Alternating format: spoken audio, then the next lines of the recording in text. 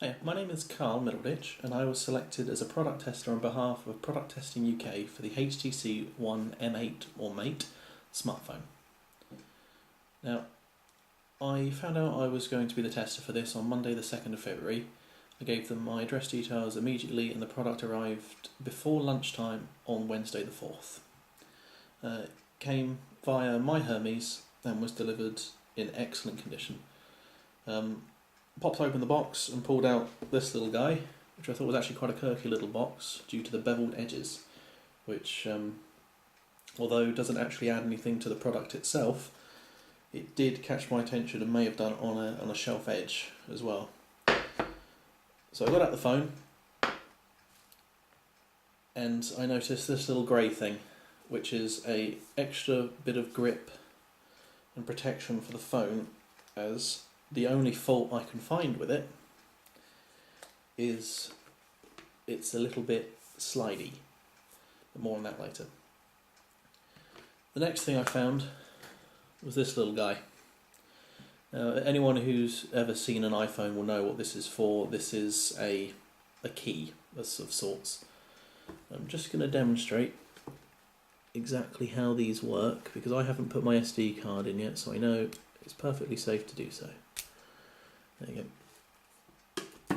And it's as simple as popping your SD or your SIM card in the other side, straight back in. Then tried to switch the phone on, found it had no batteries, wasn't really surprised with that. So I placed it on charge, and it took a little over 2 hours to feed back 100%. So then I turned the phone on, sat through the little setup thing, which was nice and simple.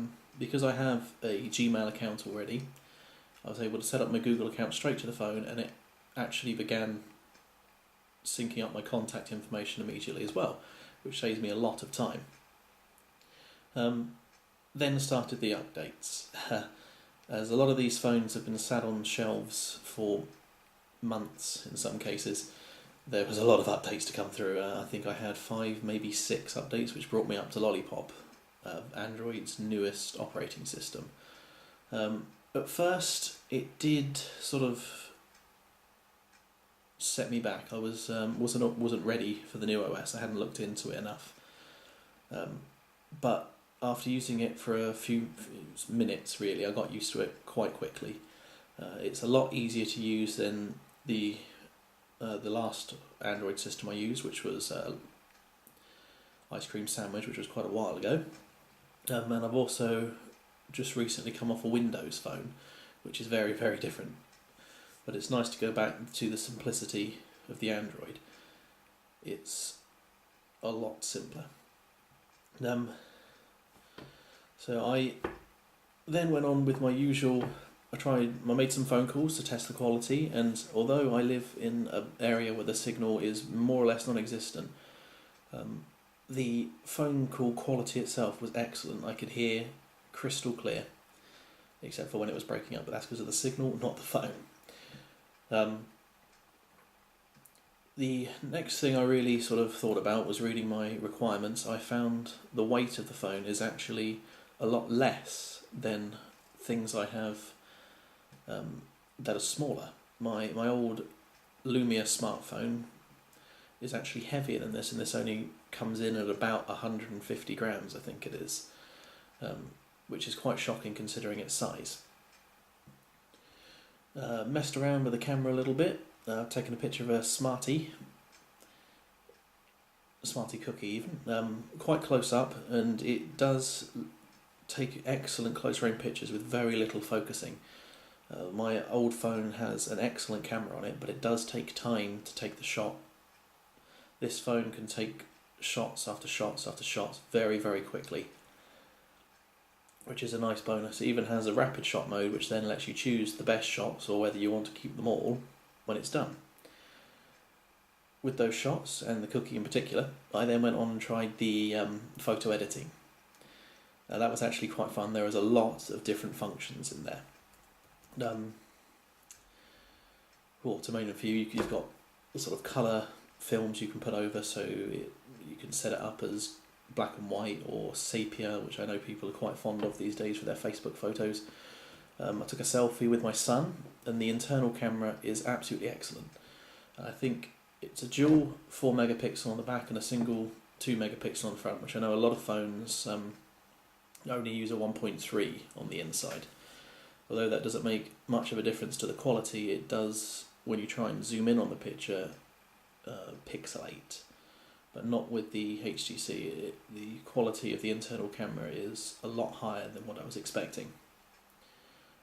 Before I received the phone, I had a good look around on the old Google to find the technical specifications of the handset, including its processor, its screen resolution, and the memory in the handset. I've got the 16GB storage, which is more than enough for setting up. And comparing the usage of the phone to its specifications, I'm really impressed with it. I've had no sort of slowdown to it, and I have been quite unpleasant to the phone. I'm a big fan of games, so on my first night I downloaded a few games that I know are a little bit taxing for the poor things, and I played with it solidly for about 4 hours, trying to kill the batteries, but they outlived me. I went to bed at about 11 o'clock, and I put the phone into what's called extreme power save mode. Now this disables all other functions of the phone except the phone, the email, your calendar, a calculator, and text messaging. So you can still receive important texts and calls, but it does stop your Facebook notifications coming through, which is a blessing as well as a curse. When I woke up in the morning and took the phone back, I noticed that the power had only gone down by 1% in nearly 9 hours.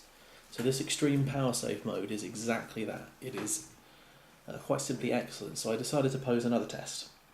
I put the phone on charge then, and at 10 o'clock in the morning the phone registered at 100%, so less than an hour and a half it took to get that power back, which is excellent.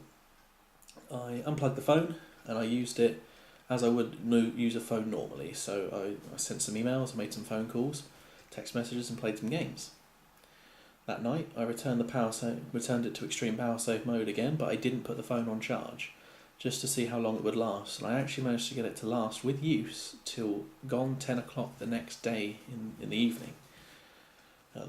So I got 2 full days of use out of one charge, which I haven't heard of since the Nokia 3410, which was my handset I had when I was still in school, so over 10 years ago, where I used to get sort of 4 or 5 days out of it. But 2 days from a modern smartphone is something I would actually call exceptional.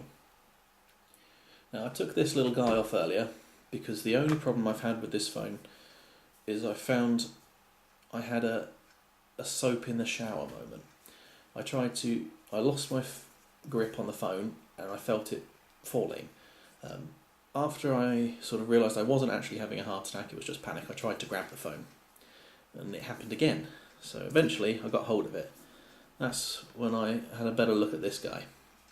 And this is rubberized, so it does improve the grip of the phone and stops the back from getting scratched up, and it is very, very easy to fit, and it protects the buttons as well as the SD slot and the SIM slot, while still giving you access to the headphone port and charge port on the bottom, so it doesn't need to be removed once you've put those in. However, I need to remove it because I haven't put my SD card in yet. Looking at the price of the handset, I found out it retails for as little as £410 when it's on sort of a sale price, or as much as £550 if you want it brand new, no offers, just flat out, or unlocked and ready to be used on a pay monthly or a pay as you go price plan.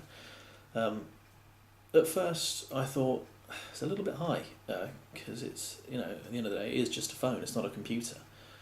But the more I used the phone, the more I realised it is more like a computer.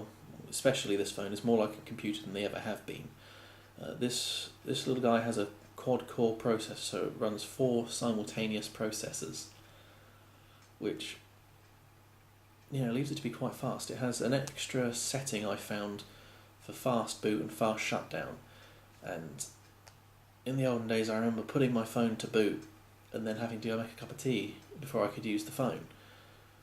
But it's like coming off of standbys if you just unlocked your screen. It's seconds it takes, and it's a bit of a jump. YouTube.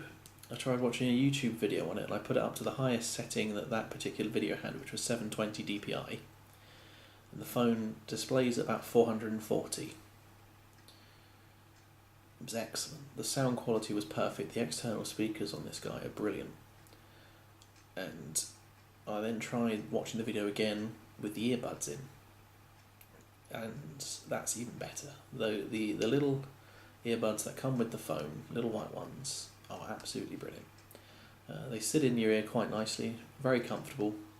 They block out all external sound. The video quality itself was excellent as well.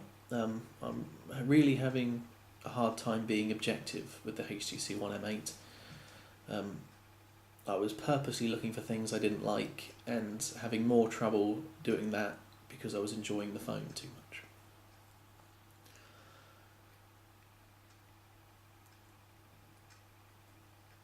The next thing I did was to try out some more apps. It comes with Google Drive, which with this particular phone Google give you 2 years free 100 gigabyte storage, which is like having access to a hard drive from anywhere. So I synced up some music from my computer and brought it over to my phone to use, and ignored my family whilst I listened to that for a while.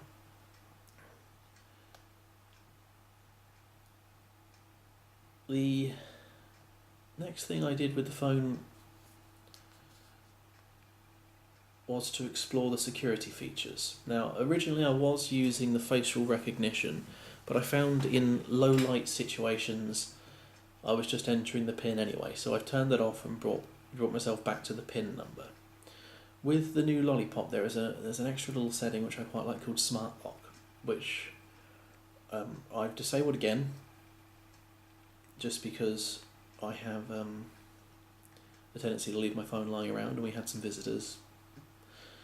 But what that does is it disables your lock screen whilst you're at home. It uses your location to switch your lock screen off, so you never have to worry about entering your PIN number. But I've turned that off at the moment. What I'm going to do now is demonstrate something I mentioned earlier, and that is to use the camera application on the phone just to show how quickly you can actually take the photos. I'm going to use this wall as an example, and it is as simple as tap. Every single one of those clicks is a new picture, saves them all down and lets you pick the best one. I personally like this one.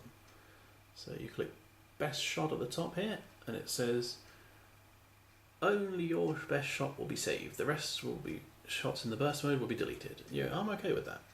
So we'll OK it, and it will save that one shot of that wall, which is excellent.